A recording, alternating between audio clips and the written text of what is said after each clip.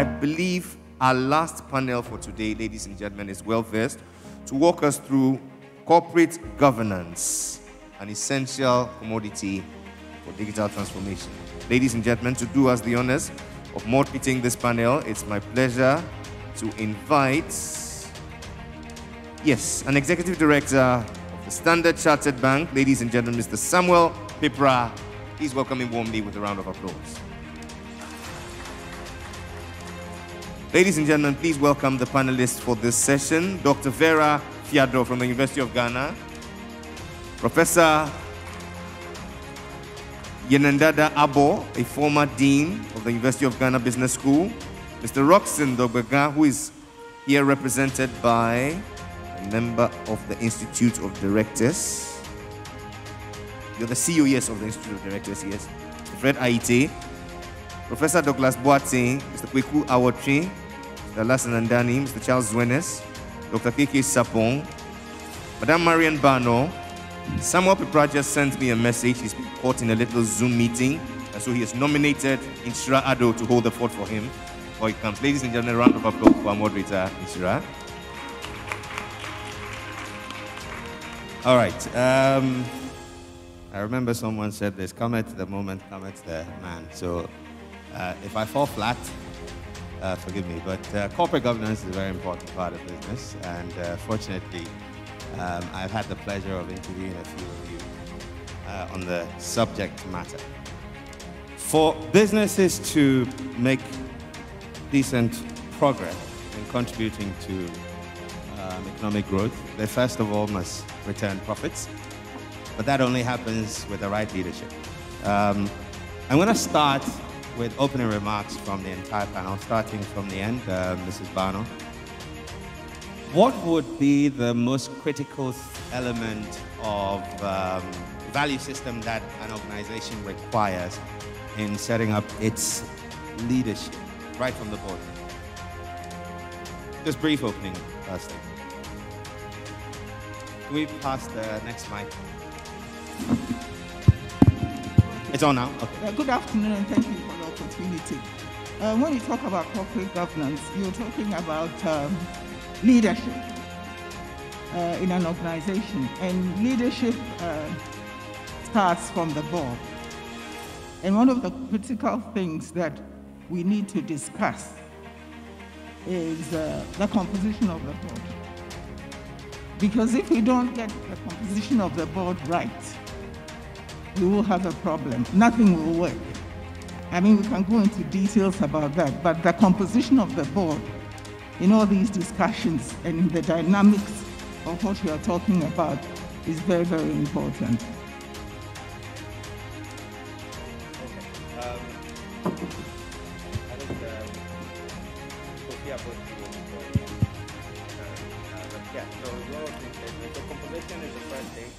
In your thoughts, what would all right, okay, thank you. So, corporate governance, we're basically looking at how the organization is directed and is controlled.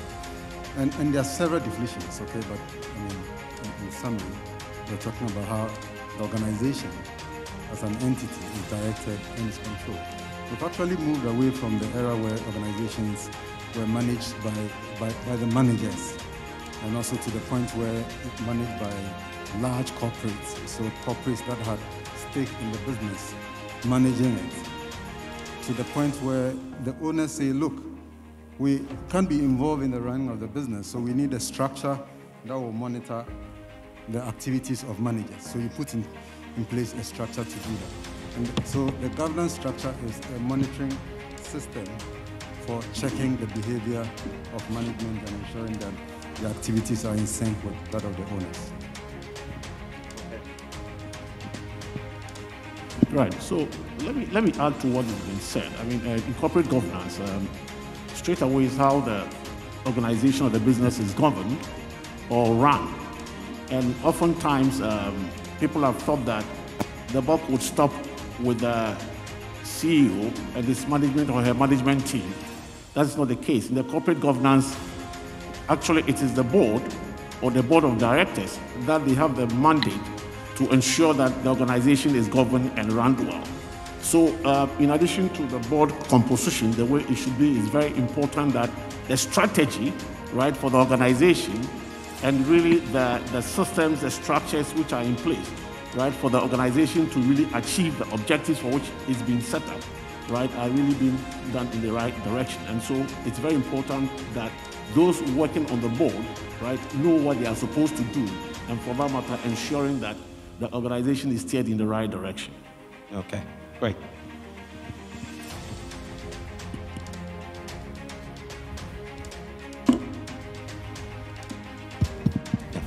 I think all the microphones are on, so if you press anything on it, you most likely have just turned it off. Thank you very much. I think the earlier speakers seem to have hit the nail on the head. As a matter of fact, the issue of choice of board members is very critical. But then choosing the right, or the persons with the right competencies will not necessarily ensure good corporate governance. I believe is the starting point. I did mention yesterday about the whole board culture and the way we do the business. And then the issue is more even biblical. The issue of choosing the right people, the right kind of integrity to be able to drive the business. They may have the competencies, but as Plato said, good government depends on good people. No matter what you do, if they are not good people, you may have a challenge. Wonderful. Thank you. So, like they've all said, when you're looking at corporate governance, it's how the company is directed and controlled. So, to a large extent, in some books, they'll tell you clearly that the fish rots from the head. So, like you've also rightly said, it's very critical. So, now putting that together, he also asked the issue of capacity. So, who actually sits on the board is one of the key things that will determine whether or not that organization is going anywhere. So, starting from the point of putting together a board, that's critical. But more importantly, therefore, is putting in place the structures to identify the right people. And like you said, it can be a drainer, but once you work at it, making a case or making the situation such that only persons who articulate the values of the organization also get on board the train is one of the key ways to ensure that you stay on the right course as an organization. Okay. So. I think my colleagues have said most of what needs to be said, starting with leadership. Corporate governance is very much about the leadership of organizations, and boards lead the organization. So it's very much about the expertise and experience of the people, the kind of people you need. You know, sometimes there's a thought that if you are in a banking industry, you need all finance people, or if you're in the electricity industry, you need only technical people. Actually, you need a variety of different types of skills and experience, especially in this time with all the different kinds of challenges that we face in a COVID world. That variety of skills is essential. And also the other thing that was also mentioned is that the board must actually get along for an effective organization. If you have very clever people who don't get along, well, you don't have a very good board and also an organization that's not going to go run very well. So getting on, experience, variety of experiences and skills are very important parts of corporate governance. Okay, so to make it short, I hope I make it short. The new Companies Act requires that directors act independently. That means that the old model where directors represented interests, and in this case, the interest particularly of shareholders. A lot of directors were appointed by shareholders to represent their interests. The new act requires that directors act independently and goes ahead to say they should consider the long-term interest of the company in the decision-making process. That means that the selection of members of the board as shareholder compensation to represent the interests of shareholders has frankly been erased today. And so companies need to really start looking seriously at what interest the director is going to serve if shareholders are given the option of appointing directors by reason of their shareholding. And if this is combined with the punitive liabilities that are imposed on directors, I think today it is more dangerous to be a director than otherwise.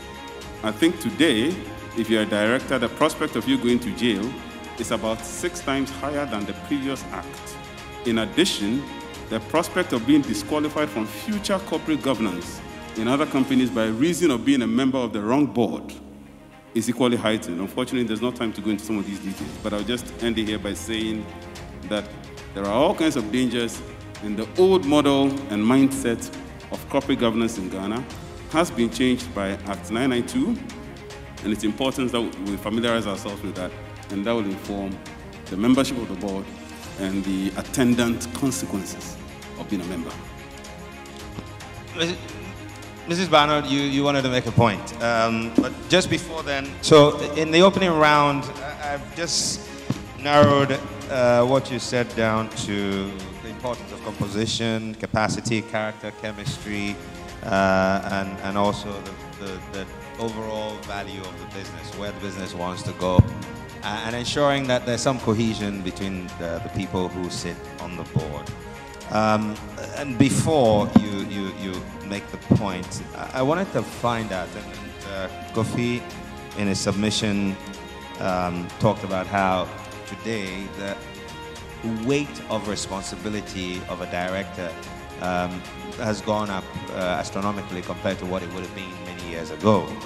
That said, we're in an environment where there's a multi or more stakeholder-driven, enterprise, which means that there's several interests. So if you're moving away from the shareholder representation and compensation on the board, what would be the optimum approach to ensuring that your composition of the board right from the get-go offers value for the business's primary focus and the legacy that it hopes to leave behind?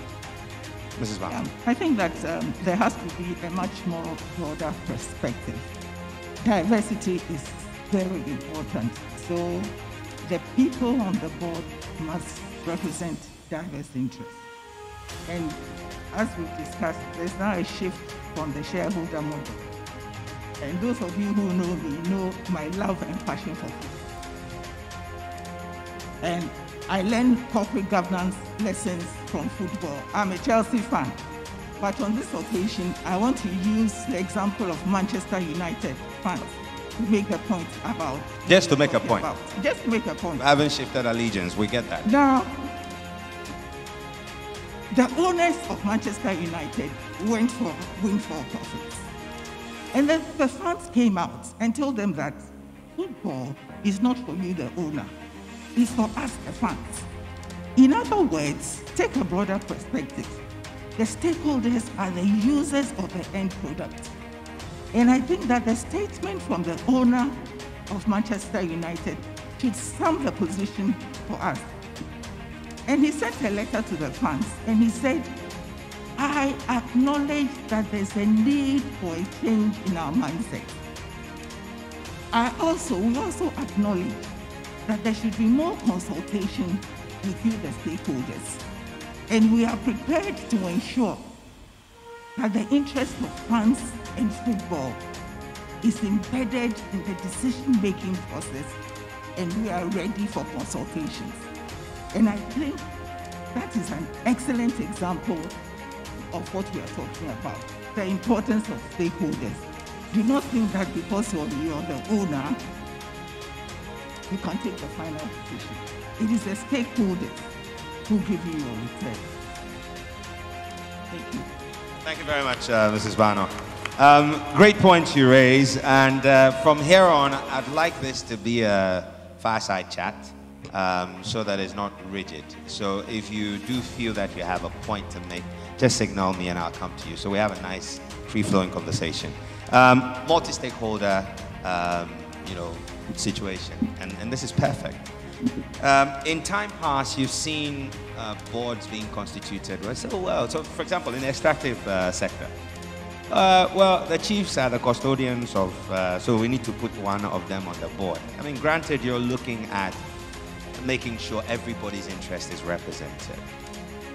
Would you say this is the best way to approach it? Because on the issue of your composition, you're looking at capacity and how well these people who are on everybody's place on the board counts. What should inform that composition if you need to represent the interest of multiple stakeholders? Who would like to go first? Okay, Doc. Well,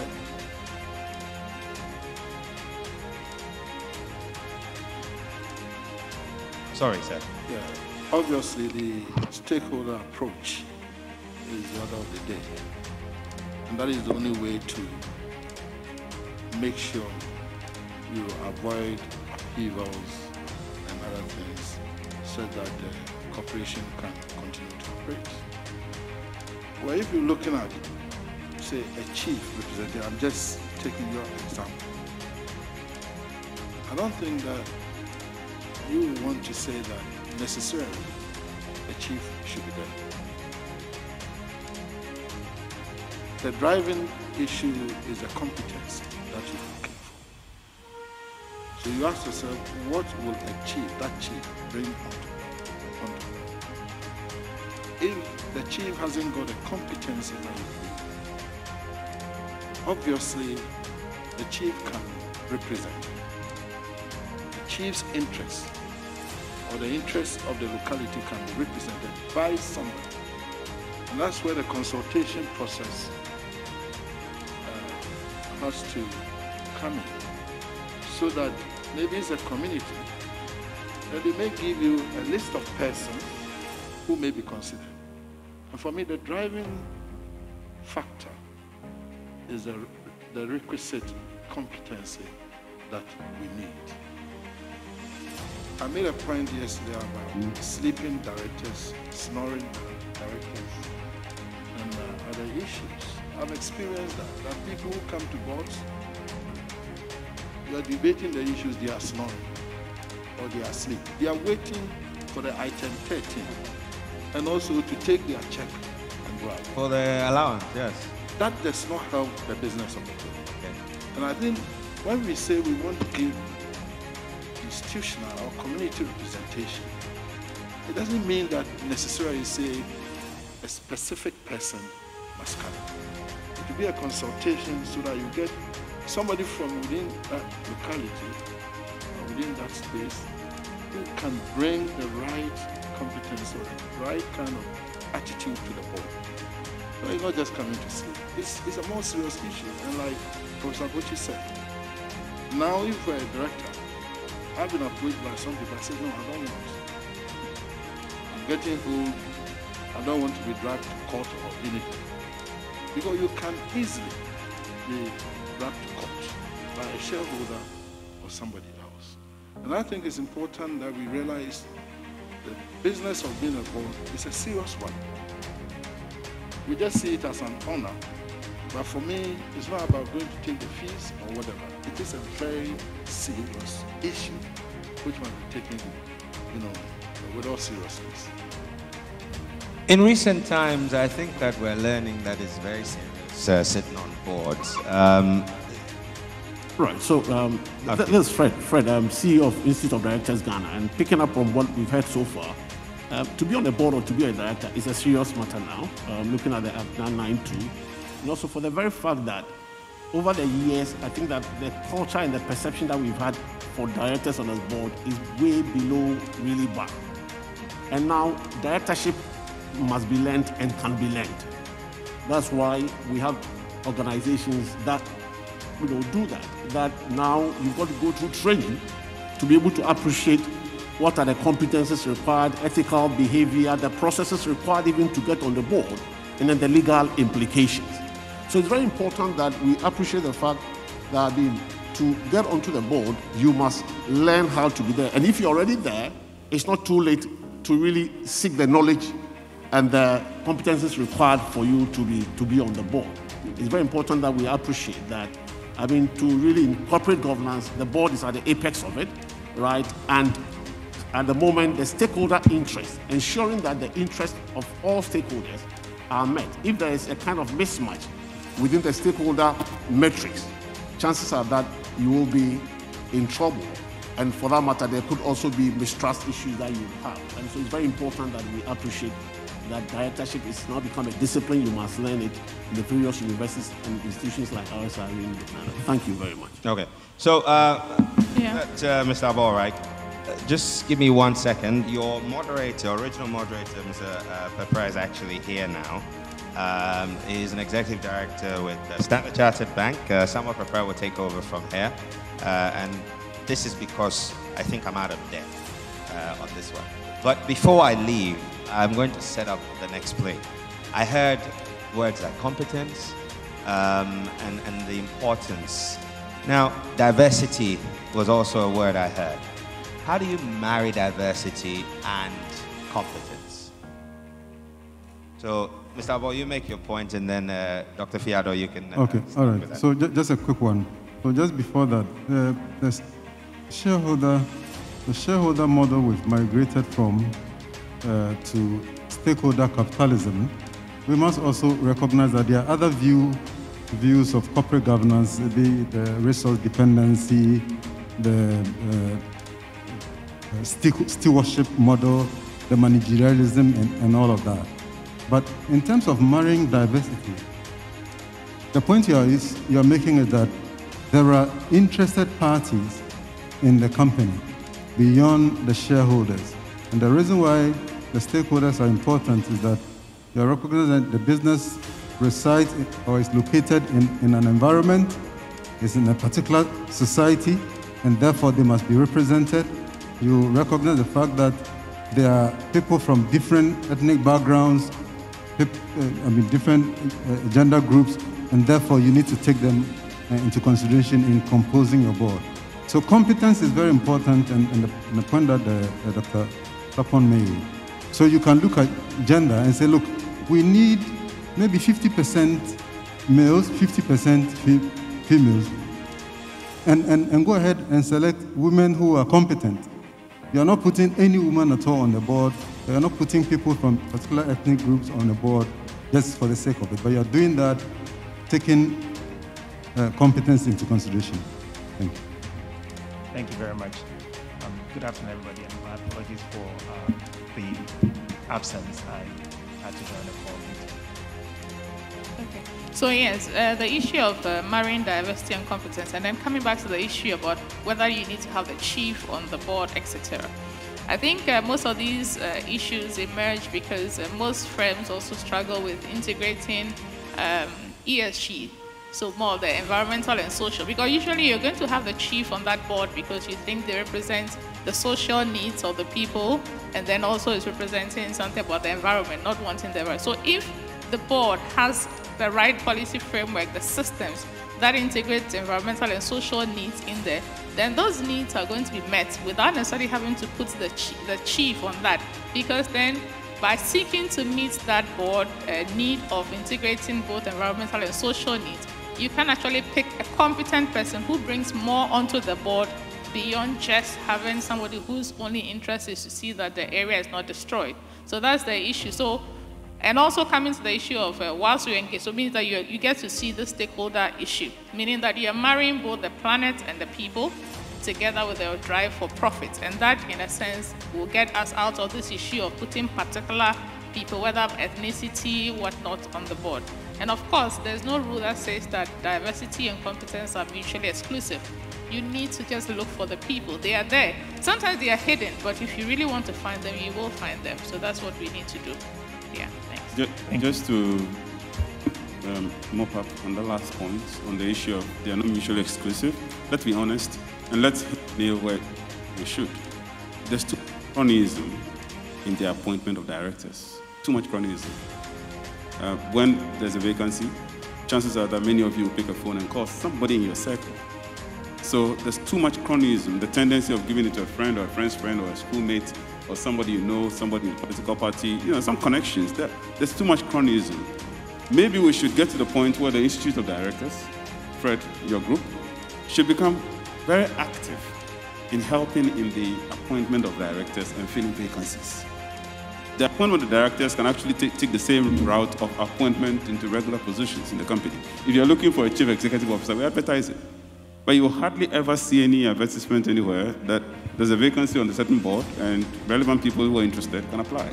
And the Institute of Directors may probably assist in that. In fact, many Western European societies, many Western societies, or let's say Europe and America in particular, appointment of directors, there are specific bodies that actually help in the appointment of directors.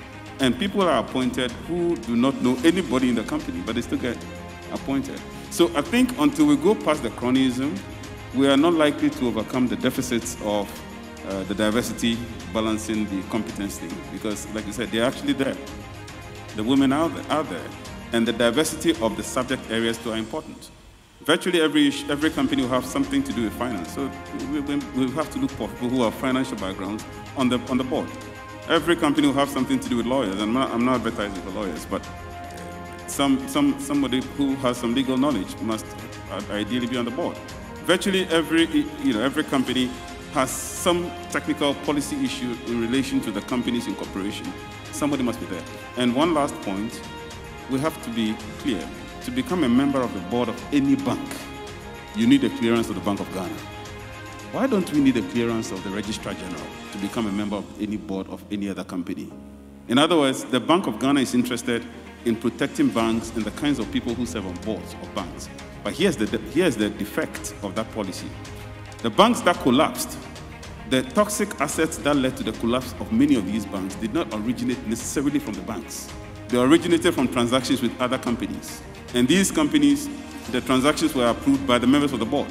So you may have a situation in which you're protecting the bank, but the problems that actually affected the banks ultimately were contributed to by companies whose members of the board were running amok, so to speak. So I think we've gotten to a point where we really have to be interested in who's on the board, and the tendency of compensating shareholders or appointing from within the small group of friends and a certain circle will continue to impact negatively on the operations of the board, of companies and the board, and I think we should really go public. Thank you very much, Professor Bush. So, Mrs. Bano, before you step in, I'd just like to put a little slant to it. We've talked about cronyism and the network you look out for. You work with boards and train boards, I would imagine. Do you think there's a future to being able to actually create a network from which you then source to say, these are potential individuals that we know, that we've followed for a bit, and therefore, by not even being related to them, we do have an opportunity to bring them onto us? Yeah, I think that there are examples to learn from. I do know that in New Zealand, for example, public companies, they have a pool, they advertise. They are looking for all the skills, the background, experience, accountants, lawyers, whatever it is.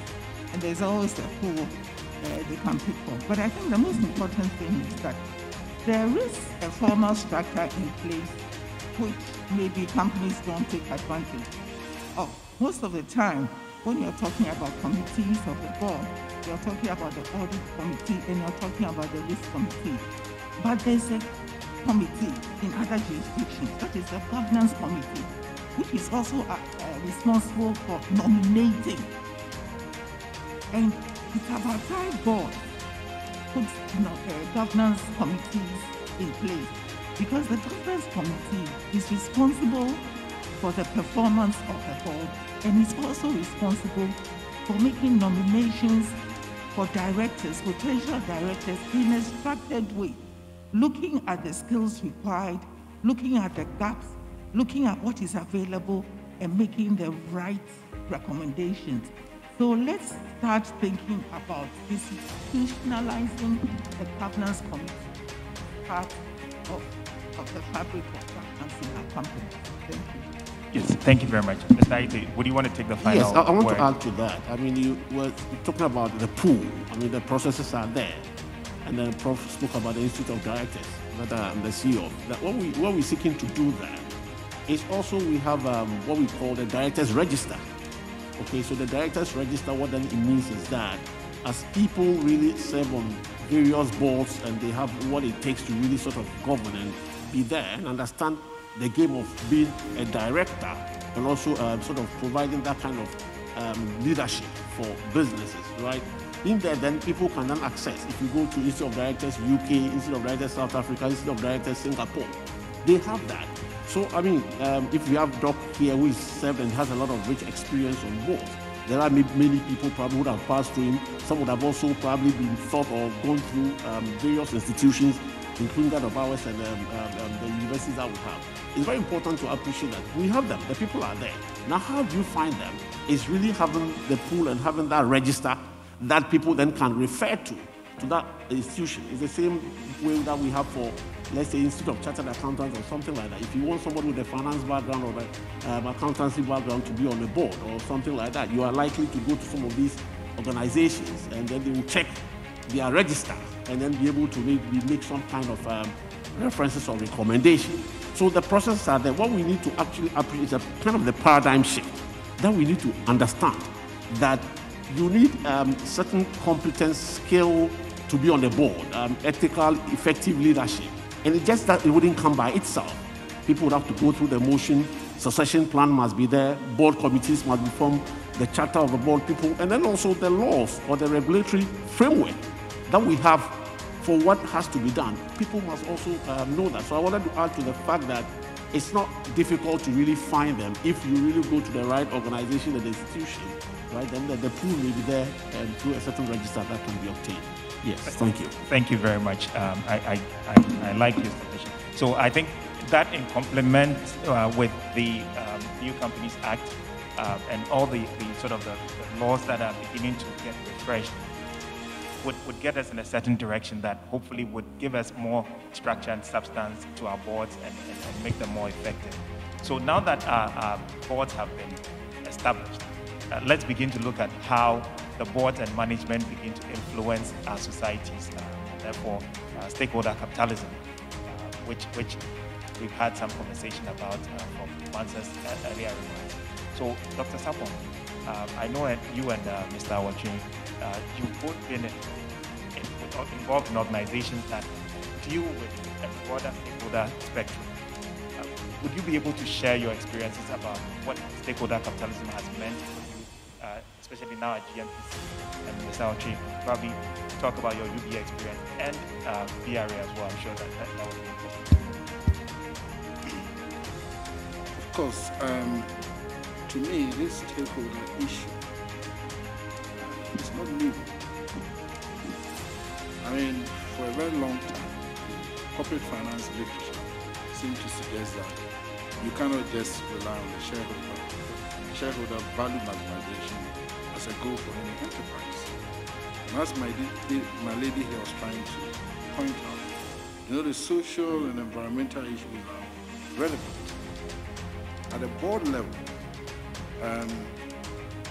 I think what we try to do is to really take all these stakeholder issues on board when we are making decisions. Unfortunately, I don't have, my current place, we don't have maybe a committee dealing with social and environmental issues. Maybe now is something that we should be thinking about. You know, governance, we do have a legal and governance system. They look at nominations, they look at how the whole board runs, the charter, everything.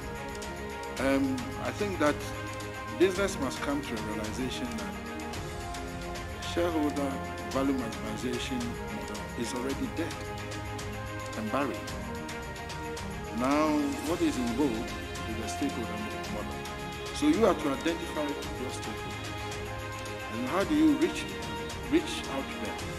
For example, in GMPC, we look at the oil issue, we got environmental stint, we look at how the citizen should benefit from the oil. It's more a social connection and all that. Even though we don't have a committee, we've rather look at corporate social responsibility as a key issue in whatever we do. And therefore, I came in to establish the GMPC Foundation to spearhead the corporate social responsibility angle. And there you realize that then many stakeholders are coming in, because you're looking at where we operate in the West, what do we do for them? Then we balance that with the overall general view that the oil is for all Ghanaians. So what do we do? So we try, if you go from Boku through to Azim, you see our projects dotted all over. These are physical facilities you see in terms of school blocks, health facilities, boreholes, whatever we can do for them. But beyond that, we do capacity building, which benefits everybody. We give scholarships, many of them. Over the last 4 years that I've been there, I think we've done over 4,000 tertiary institution scholarships, assisting people to do degrees, largely in science, technology, engineering, and mathematics. So I think we may not have a committee as such, but then it flows from the objectives that you are pursuing. So if you see our work program going to Parliament for approval, it's clearly stated how much we are committing to the delivery of social responsibility initiatives to our people. So I think that if we don't come to that realization, there'll be a problem. It's not just that. Even our employees, our stakeholders, the government, Parliament, everybody. In GMPC, our reporting thing, I think, is a major project they should take. They're reporting to so many institutions in the space. It's quite onerous, just because everybody wants to hear from us, whatever is happening. It's because of the nature of the operations that we undertake. And as we move now into the Protean Basin, as I mentioned, we are exploring for oil in the Protean Basin, starting from the north down to the Philippines. Good prospects there. It's brought security challenges. It's a stakeholder issue. And therefore, we need to collaborate with maybe the armed forces, the national security, the chiefs and the people to be able to deliver this kind of avoid any catastrophic consequences from operations. So I want to emphasize that the new direction is looking at the whole gamut of stakeholders, how you should respond. Thank you. Thank you. I'll pick up where Dr. Sapong left off. Stakeholder capitalism is really not new. It's certainly been the direction of a lot of corporates and organizations in recent years. And I think in the extractives in particular, we've been confronted with that. I mean, gone are the days where you can set up your mine and forget about the communities outside, or you can drill your oil fields and forget about the people, because eventually they will rise up against you. Eventually they will disrupt your operations. Eventually there will be cheaper employees to work with if you train them. And so, especially for the enclave businesses like mining and oil and gas, the need to bring in your stakeholders has been driven home for some time now. And stakeholder capitalism is really about the sustainability of your business. How long can you sustain it? And of course, the different models. I think the dimension now with the global energy transition, with climate change, COVID-19 in particular, really highlighted the impact of what happens if you don't travel, if you don't take airplanes, if you don't drive, and the impact on the climate and the planet. And so, in a sense, it's, again, for the extractives in particular, it's highlighting what you can do to also preserve the planet. And this is about also the sustainability of our business. And of course, that applies whether you are an extractive business or a power industry or a consumer goods company, because at the end of the day, you do have to preserve your planet. You do have to take care of your communities. You do have to train the people around you to be the people who work with you and for you. Thank you very much. that's very insightful. And I think for us as a people, I think culturally, if you look within settings, you find a lot of stakeholder capitalism in there, because if you're an individual who makes it financially upward and begin to generate value, there's a whole range of people that you're responsible for or you're inclined to support because you feel the betterment of that entire environment or ecosystem then makes you a better person or puts you on a better pedestal. So I'm glad that you as large organizations have this in your print. But SMEs, who, in my opinion, SME, the fabric of our society, they are the daily interactions that we have. I'd like to hear some from, especially starting off with Prof, about lessons you think our SMEs could take from all of this, especially post-COVID. We saw how we all rallied around and created impact and progress. How help our SMEs also get to this level if they aren't already there? I'll take Prof first. All right, okay. So traditionally, SMEs have depended on the resource dependency theory of corporate governance. And that says SMEs, because they may not be able to afford a governance structure that requires, if you like, compensation, you draw on people who are willing to do this pro bono. So they come with resource in terms of networking, access to information, and they help you run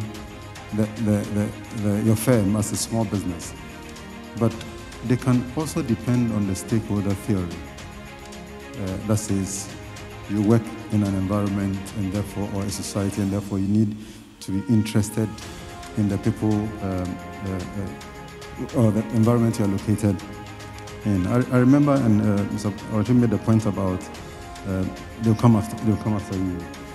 I served on the Government of Ghana renegotiation committee that looked at renegotiating the stability agreement for the mining companies.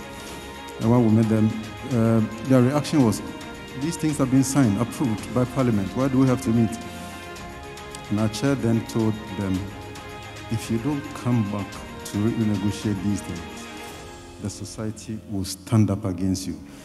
That was it. And they came back. So the society is very important.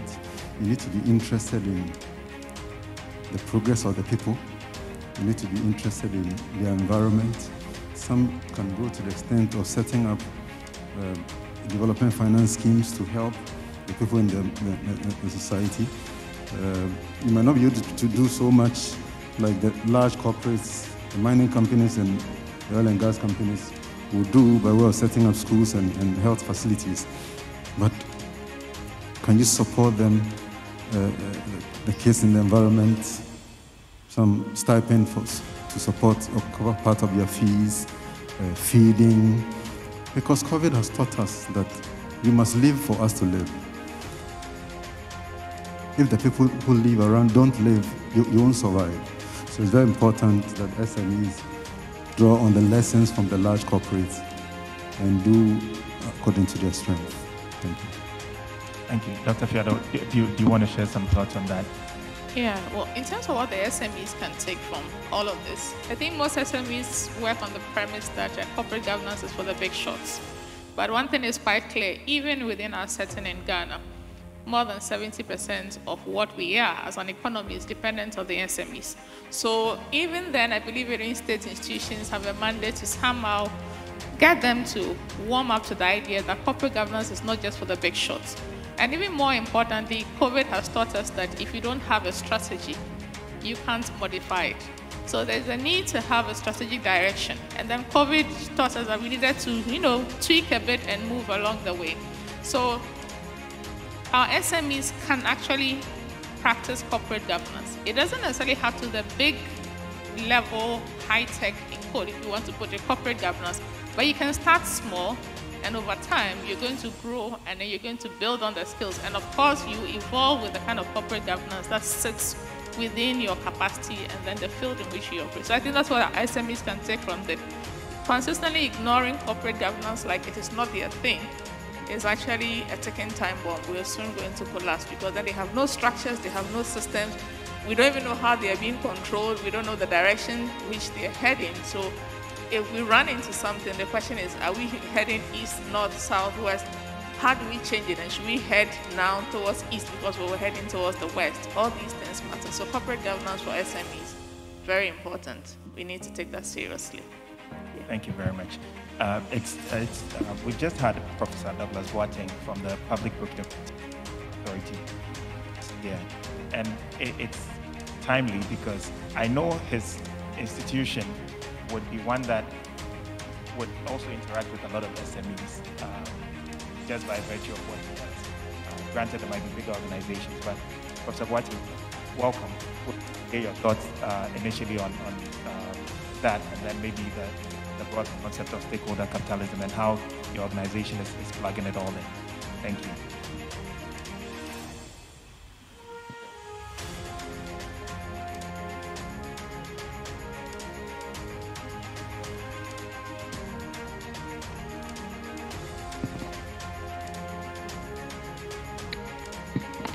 Good afternoon.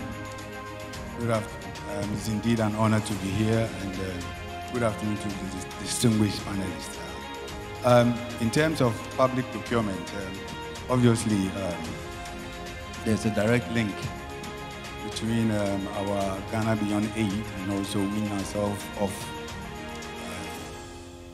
donor money and procurement. Where I sit as the chairman of the Public Procurement Authority, generally Ghanaians are not benefiting from the huge government spend.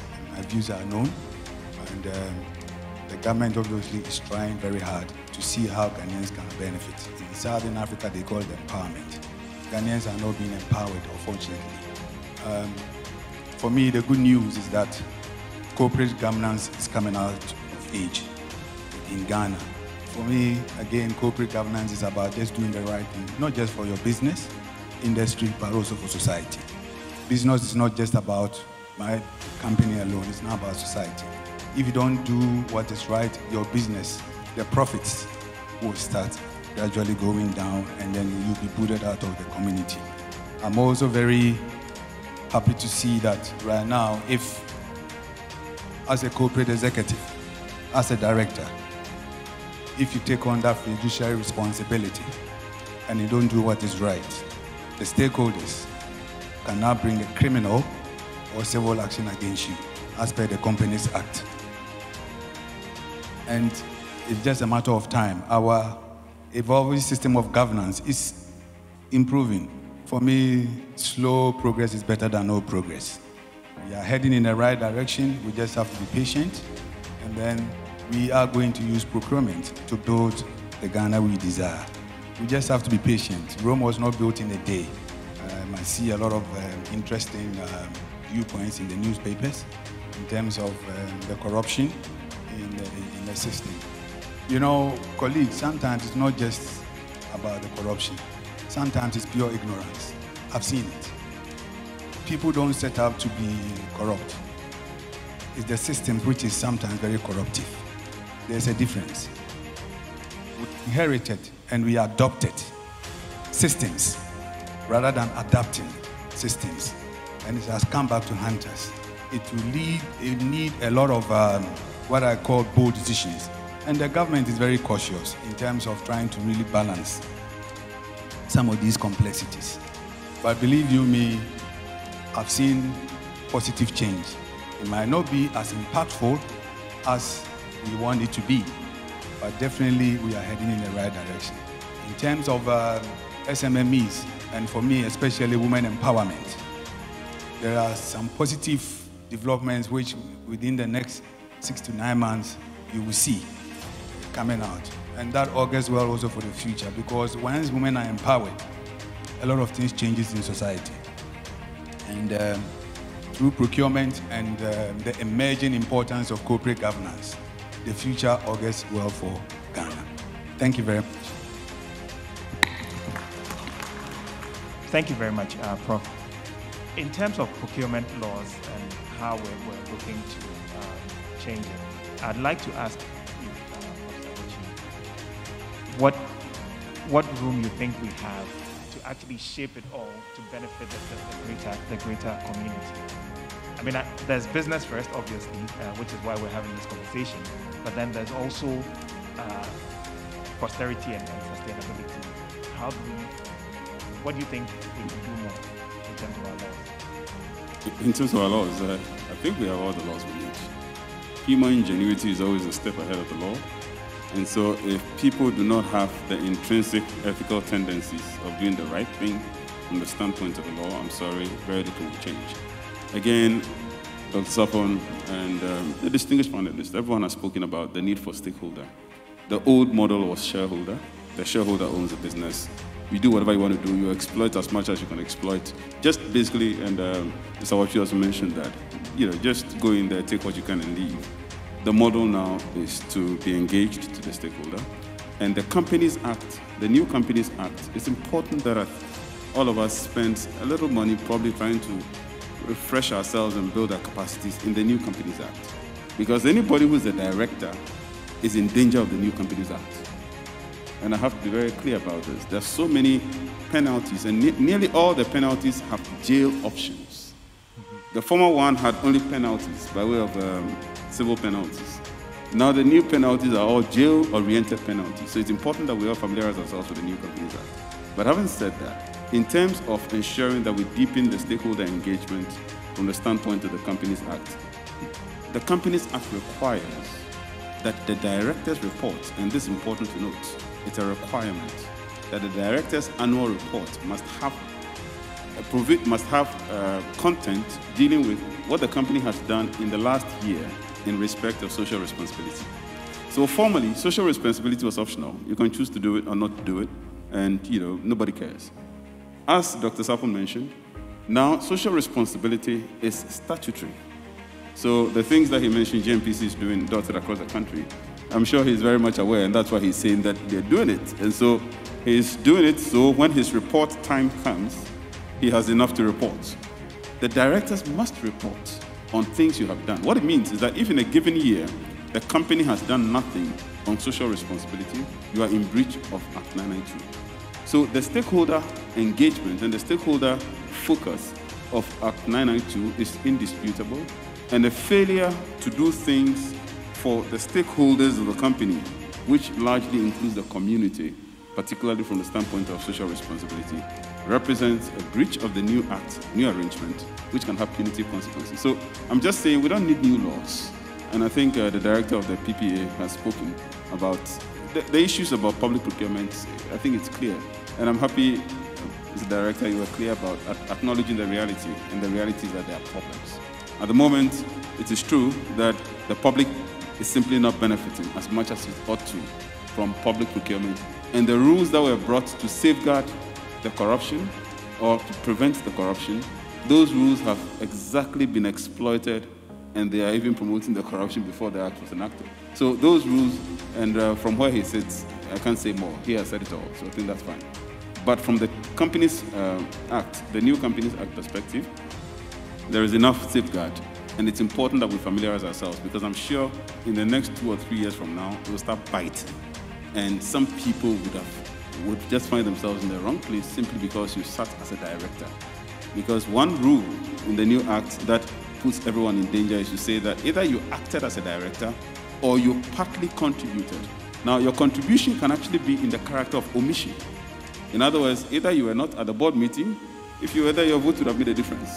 Or you were there and you joined the voting, or you did not join the voting, you abstained. I think contribution comes in various shapes, and those are dangers that I think everyone should familiarize themselves with. So the Companies Act is adequate to take care of the stakeholder engagement and the benefit of third parties, but it is the implementation of the act, of course, that will make a difference. Thank you very much.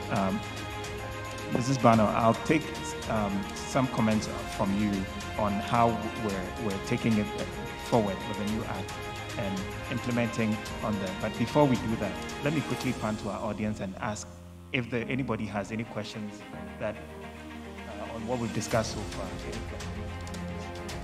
How can we connect the founder's vision and also the founder's vision the independency of the board to ensure, and also having the stakeholders focus, and to ensure, for these three components, to ensure the sustainable development of the company.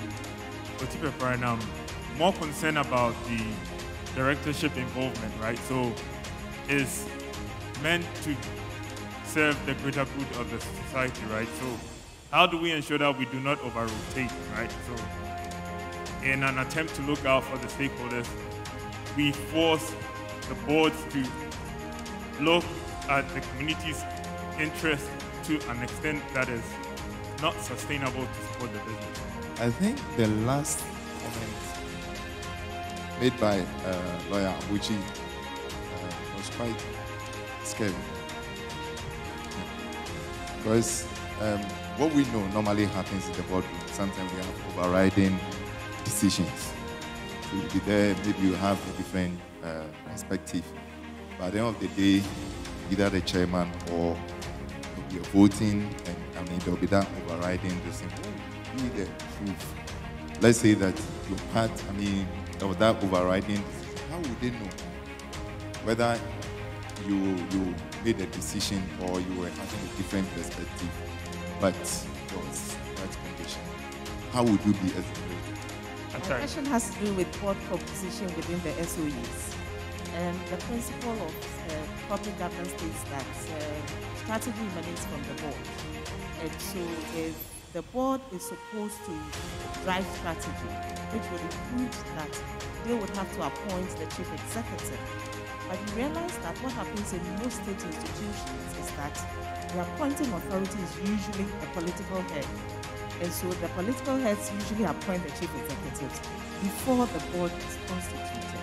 Now, who does the chief executive report to? Does he report to the appointing political authority or to the board? And does that also lead to conflicts that we have recently seen in some corporate organizations? The last speaker has indicated what the scenario is, and it's good. Proper corporate governance expects that shareholders will appoint the directors to act on their behalf. And the director will appoint people. What happens is that the appointing authority appoints the chief executive and then also appoints the board and the chair. So it's power play. And it creates a lot of conflicts in the boardroom because both players derive their authority from the appointing authority. And in many cases, sometimes the CEO feels he's not responsible because the board did not appoint him. And sometimes the board also feels that, hey, so it's something that, has to be integrated, and the appointing authority should appreciate the troubles that have been caused. And indeed, there are problems with the board. The good news is that we have two gentlemen here who have experienced this in big institutions. So it'd be interesting to hear your experience, Mr. Sapon, Dr. Sapon, and Mr. Well, I think maybe we need to understand that many of the SOEs have their own enabling acts, within which, like my own, is clearly stated that the president appoints. There's nothing you can do about it. It's by law. I don't know what pertains via maybe the minister, maybe the president. There are critical institutions that it's only fair that maybe the appointing authority is the president. Talk about Kokobo, I've been there before. GMPC. Bank of Ghana, these are all critical ones. So if the enabling act gives the power to the president, then it's obviously telling the board that we'll give you the chief executive that you work with. I think the conflict you are talking about is because it's not because of the way we are appointed. It's because sometimes chairman doesn't know his boundaries. what is the chairman's role? It must be quite clear. There must be a communication between the chairman's role and that of the CEO. Any CEO who says he's not taking instruction from that one, I'm afraid, is wrong. That one is wrong. The CEO is a member of the board who implements the decisions of the board. So if you say you take instruction from the board, then you don't have any business being there. So I think the legality thing there, or the political influence there should be understood. There are critical institutions that obviously you cannot say the president should take this out. Critical institutions. Right. The other way of doing it is sometimes the board will be there.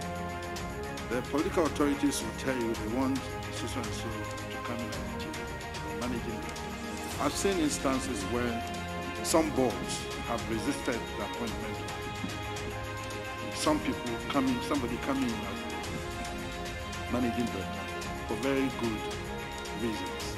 And I think if you have good reasons to dialogue with appointment authorities, they will understand. But the issue of breeding conflict, for me, well, I've chaired boards before, and I'm also CEO, so I know how it works, is the question of having the right kind of person who understands the relative roles of the board and the chair. And I think if that is understood, there should be no conflict whatsoever. But I think the other thing that maybe I would suggest dealing with this, the board itself doesn't seem to have a conflict resolution mechanism in the board. Because on the board, there are alliances formed, I mentioned yesterday. We get clusters. They are very unhealthy. That's why I say when the women are there, they help us a bit. They're able to massage us a bit. They're the moderators to get things done. I believe one feature which we may look at is to have a board conflict resolution mechanism. How conflicts are coming, they are obvious. They rear their head gradually until it becomes big. And if you have a board conflict mechanism, of course, dealing with a chairman and maybe chief executive may be very difficult. But if the right thing is there, you have the right people in there, it can really help to resolve this. Now, Mr. Samawati is not here. With SIGA and the kind of things that happens in the SOEs, it's kind of mechanism where some of us, the senior CEOs, will try and mediate between the chairman and the younger CEOs. Sometimes the youthful exuberance also creates a problem because they find power and they want to use power capriciously. Somebody must be able to put brakes on the way they do things. So that should be it. Maybe once I have the mic, let me make some remarks about SOEs. Yes, we all believe they must have corporate governance. But if you are a registered company, then the Act applies to you. It's education that they need. So there must be, whether from the trade ministry or wherever, it must be a mechanism to bring many of these up-and-coming SOEs together and let them understand the need to have independent directors, especially on the family businesses.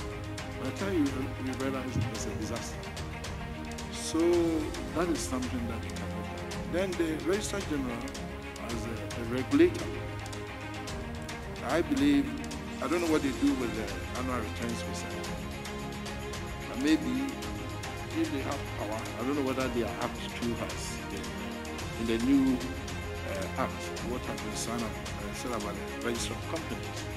There may be a way of analyzing your annual reports to see whether, for example, you reported on corporate social responsibility. They can sanction. They can sanction. Or we are not too clear whether board meetings have been held or whatever. I think they can ask whether there are board meetings. So we need to look at the institutions around and see how best those institutions can help us to work and improve the governance structure. Because if these micro enterprises are not producing good results, at the aggregate level, your economic growth is retarded.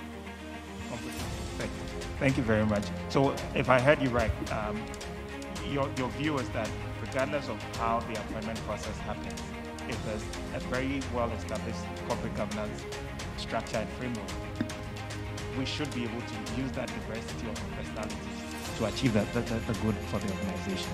So thank you. Mr. Wache, would like to hear your thoughts, and then we'll move on to the question that came through from one-to-one. I told my colleague I'd be interested in his legal technical opinion of this matter, but I'll make a couple of comments. If you start from the perspective of sustainability and continuity of organizations and success, you have to ask yourself, is the 4-year switching of boards in the organization's interest? Especially, some of us have come from industries that are very long-term, capital-intensive. And, I think Labuchi made the point, in a lot of countries these days, there's a lot of effort paid to finding the right board composition. So, never mind whether you have a dispute resolution mechanism or not, if you look for the right mix of people, young and old, the right experiences, technical, finance, legal, the right leaders to come in, it's like a football team. It should work with the right coach putting them all together. So you have to think about, what are we doing with this organization if there are different appointing authorities? And we can have a long conversation about that. But I would say let's start from that point of how are we making that organization sustainable over the long term, successful over the long term, and that's how you should make your decisions. Okay, thank you. So we'll move on to the last but one question. Professor Abod, do you want to take a stab at that for us? About how you marry the interest of shareholders, yes, the independence of the board and stakeholders. Okay, so let me say that if you are focusing on the stakeholder view of the firm, you need to recognize that shareholders are part of stakeholders. So once you go with that, then you are looking at not just profits, but thinking of the people and the planet. So these are 3 Ps. If you are focusing on as your strategy, you'll be satisfying all the stakeholders. So we are not in conflict at all. You can still pursue the stakeholder view, and shareholders will be happy, and the other stakeholders will be very happy. Thank you. So before I move to Dr. Bennett, there was a question also about how far do you want to catapult, push the board to say that you need to get this going. Stakeholder capitalism needs to be your my belief is that there needs to be a balance, but I'd like to hear your thoughts on that. There was a question from... Balance. Okay, so in terms of how far are we supposed to push the idea of the stakeholder capitalism? Yes. To the extent that it doesn't become detrimental to the organization itself. Okay, so that's the issue. Of course, at the heart of every decision point is the issue of sustainability. So I've always said that even corporate social responsibility that does not return is not well placed, it's not viable. So the idea of pursuing corporate social responsibility is not that you're just dashing money. It's money that is supposed to create value in the long run. So if you're doing it for the cameras, obviously that's going to affect your bottom line negatively. But if it is well targeted, meant to grow the environment, the society in which you are, then obviously in the long run, because maybe it looks like, okay, let's take mining. It's one of the easiest one we can pick when it comes to this issue. So galamsey. We are doing, let's say, galamsey. So you are mining and then we are polluting the water bodies. At the end of the day, if we do not do that governance bit to ensure that the mining does not come at the expense of, we end up realizing that we don't even have customers to sell to anymore because half of the people will be dead anyway by the time we mine the gold. So it's the same principle. The pursuit of social and or getting to incorporate stakeholder capitalism must be balanced. So you don't just pursue CSR or anything social or environmental for the sake of it.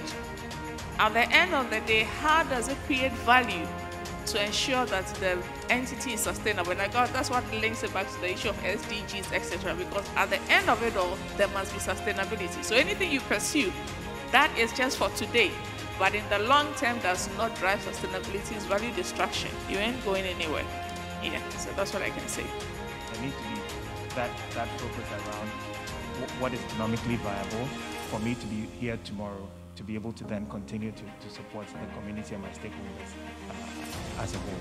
Professor Boateng, your thoughts?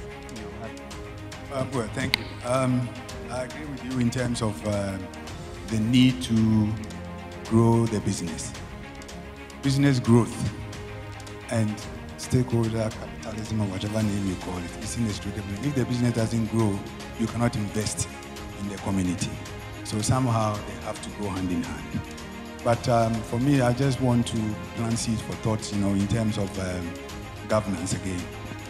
I'm sure you've been following the series which I did in the BFT, the 12-part series. Governance, in addition to obviously doing what is right for society, business, and industry, is also about accountability. When you hold people accountable, your business will grow, they will do what is right for society. In Africa, accountability is a bit of a challenge, to put it mildly. I've never seen a CEO being fired for not delivering results. Obviously, South Africa, Zambia, Zimbabwe, and even in Ghana, CEO of state-owned entities, hardly do they get fired. It's just a matter of time. In Ghana is coming. What the president has put in place and the evolving democratic system of governance, CEOs are going to be fired. Gone are the days when directors took up this job because it's a job for the boys. Some directors even go to meetings and they don't read the board packs. There are instances where board packs are given to directors a day before, and they go to meetings. Sometimes they get it 2 weeks before, and they don't even read it. People are going to go to jail because of the Companies Act and where the president is going with governance. You might think things are not happening, there's frustration and all those, but it's just a matter of time. So please, if you are not ready to read board packs, don't take up the appointment. It's a glorified title, director, but now there's a lot of implications for people holding that title. Chairmanship, yes, I see myself as just a supervisor. There are boundaries, and I agree with Dr. Sapon that we need to respect the boundaries. Sometimes some people get a bit excited and they want to be executive. We are non-executives, and we are just one of many directors, and we need to respect that. Every director has an equal right. We just chair the board and make sure that there's sanity when we meet. We should also avoid what is called groupthink, whereby we all say yes, yes, yes. If you want to say no, say it and get it recorded, because when you are in court, you have a piece of paper to say that I objected. So let's take our fiduciary responsibility seriously, and hopefully over time, through training, director development, and I see Dr. Sapon, you do a lot with GMPC, your directors, trying to get them to do what is right and through education, which is good. I also see that VRA, there are sort of initiatives that is happening. I think we should encourage chairmen and CEOs that are trying to really, train directors, because frankly, a lot of our directors, it's not their fault. They've never been a director before, and there's a difference between being a director and managing. And sometimes they cross their boundaries and create unnecessary heartache for the CEOs. But all shall be well, because we are moving in the right direction.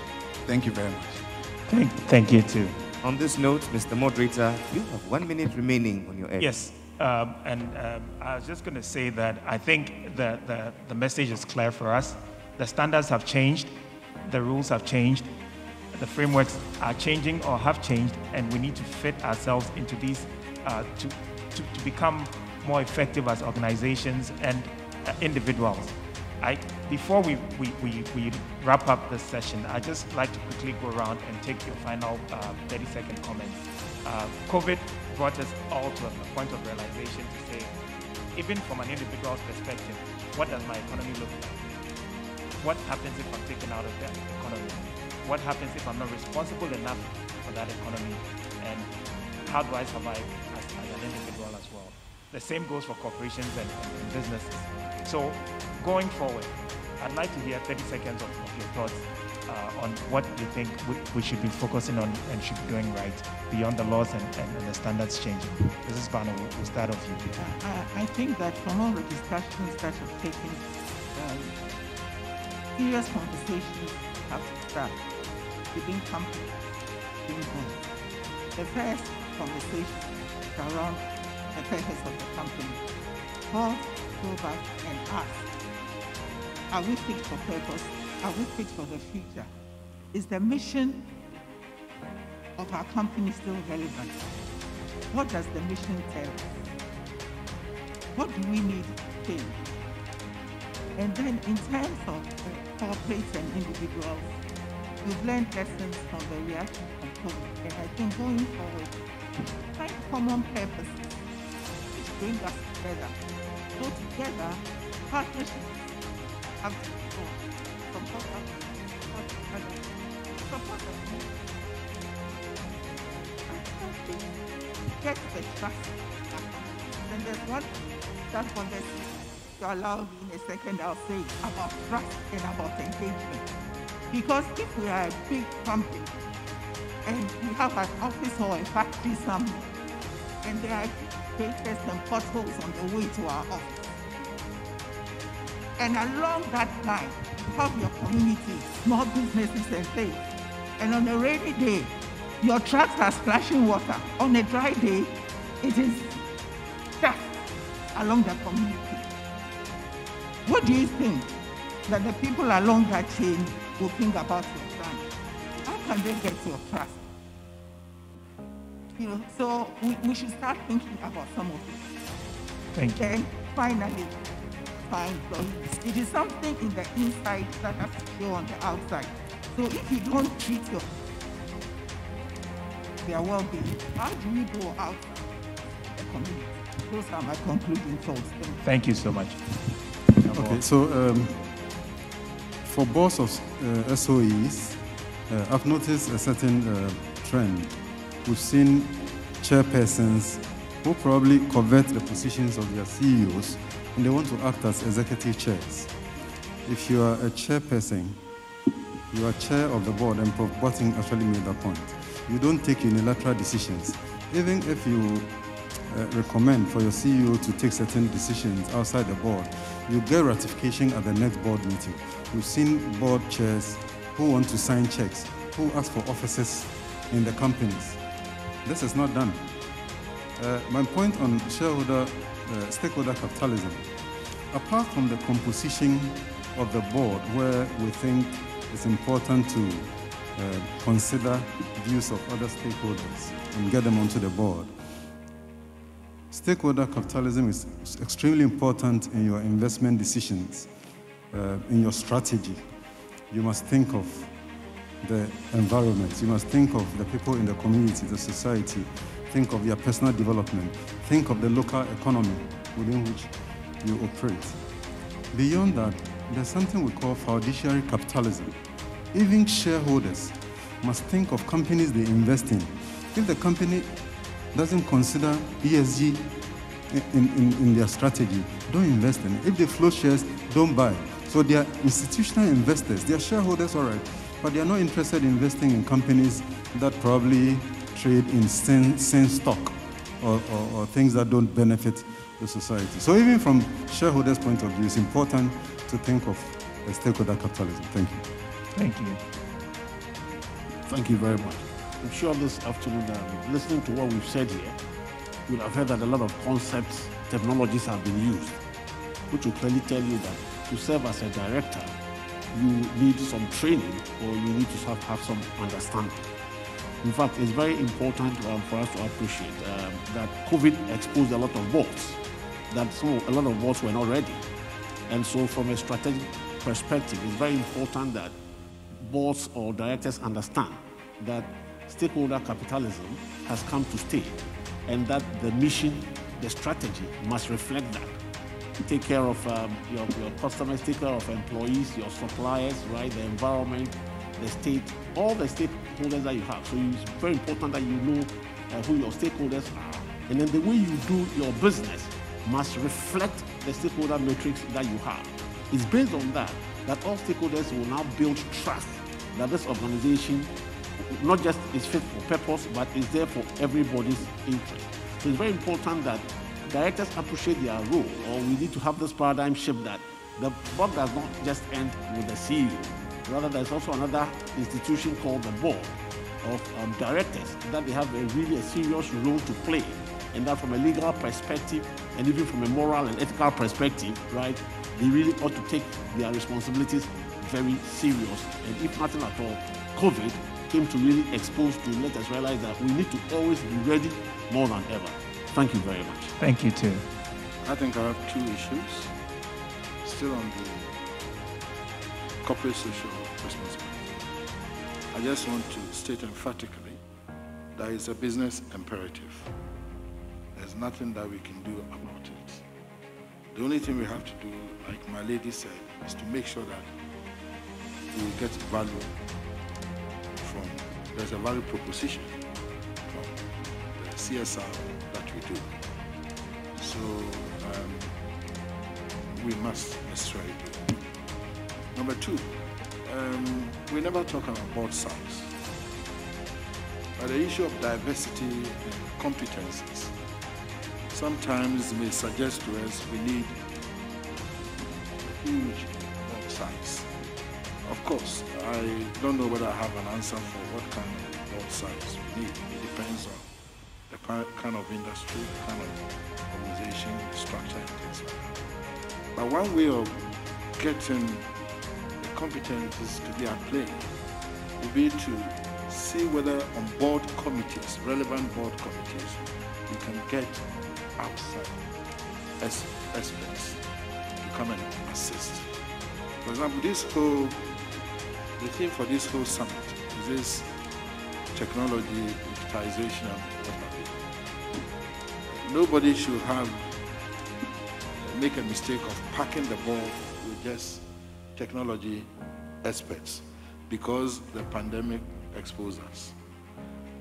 We may need one or two experts on the board, but on the board subcommittees, these experts can work. Very good role. Yeah. I think that is where many boards don't take advantage of that. So that if they are a board of 9, on finance, 3, 4, on this, they share. But I think beyond what you have on the board, maybe you were lucky to have 2, 3 chartered accountants or finance people. They can easily do finance work.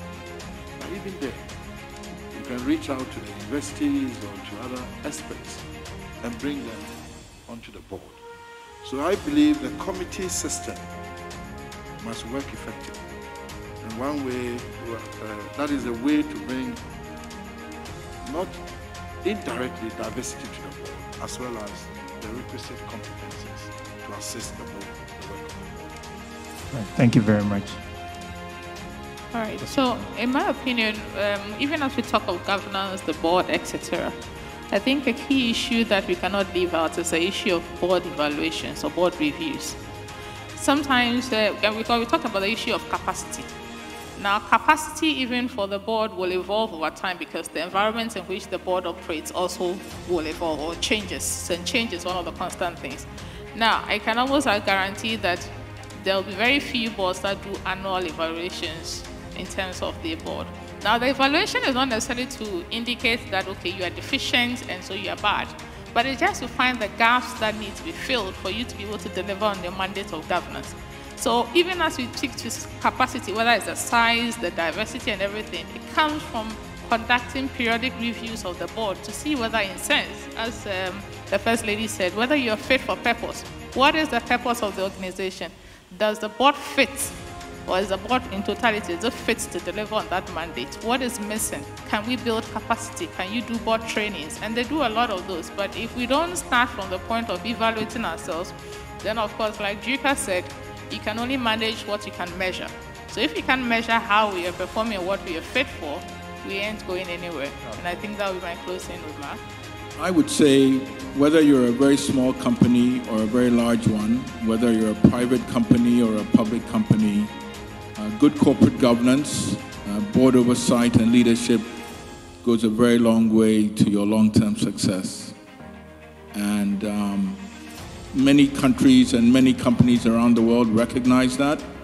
If you go to an Apple or an Amazon or a Microsoft, you can bet that the composition of the board, the expertise, the variety of skills will be there. It's encouraging to hear that we're in Ghana are promulgating laws that will encourage much higher standards and encourage and enforce accountability when we don't perform. But I mean, certainly my experience is that we need to up our game, and it's perhaps a call for us to do that. The gentleman who was asking the question about being concerned about some of the things that I said, unfortunately, I'll add one more to make you even more concerned. And that is the fact that if you are a member of any board of any company which goes insolvent, you are disqualified from being a member of any company's board for the next 5 years. And there are more and more and more. There's no time to go into that. The last comment I'll make in this respect is that if companies compete among themselves, then boards must be competitive. Question is, compare your board to the other company's board and do an assessment of the quality of your board. Research has shown that many of the companies that have collapsed in light of this pandemic are not coming back again.